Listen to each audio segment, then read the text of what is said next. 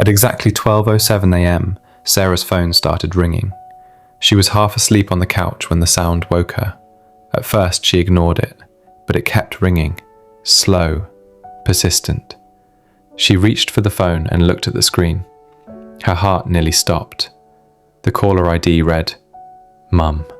Sarah's breath caught in her throat. That was impossible. Her mother had died 3 years ago. The phone continued ringing in her trembling hands. Finally, she answered. "Hello?"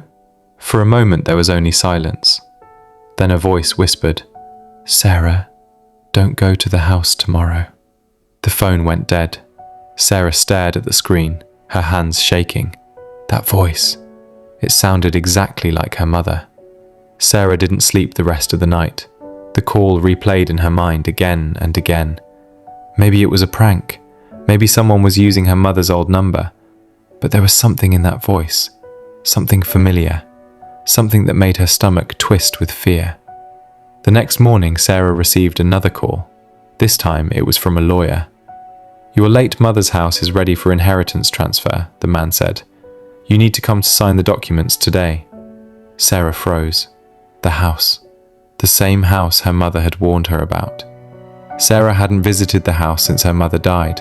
The place had always felt strange, quiet, too quiet.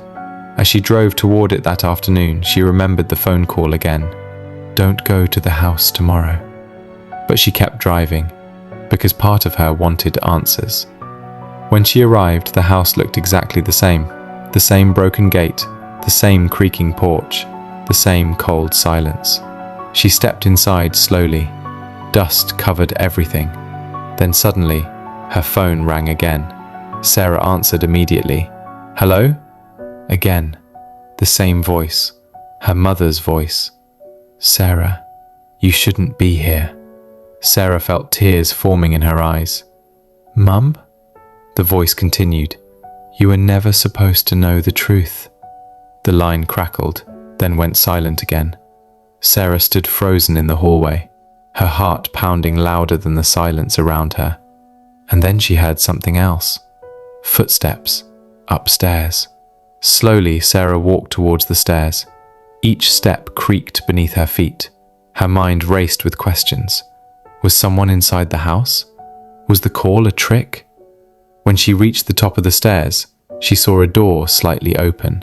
Her mother's old bedroom, the same room where she had died. Sarah pushed the door open. Inside the room was a small wooden box on the bed, the same box her mother never allowed anyone to touch. Her hands trembled as she opened it.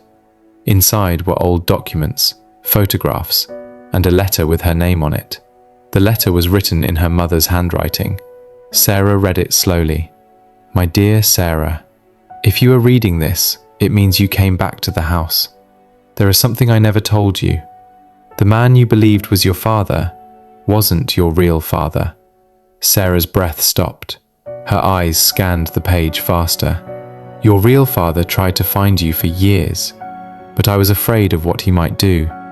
If he ever returns, do not trust him." Suddenly, Sarah heard the front door downstairs open. Heavy footsteps echoed through the house. Someone had entered. A man's voice called from below. "Sarah?" Her blood ran cold. The voice continued, "I know you're here." Slowly, she looked down at the final line of her mother's letter. "If the phone ever rings at midnight, it means he is near." Sarah's phone began ringing again. The screen lit up in the dark hallway. Caller ID, Mum.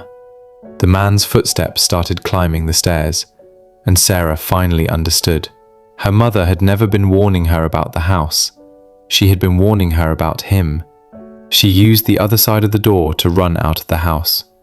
Sometimes the past doesn't stay buried, and sometimes be sensitive to directions.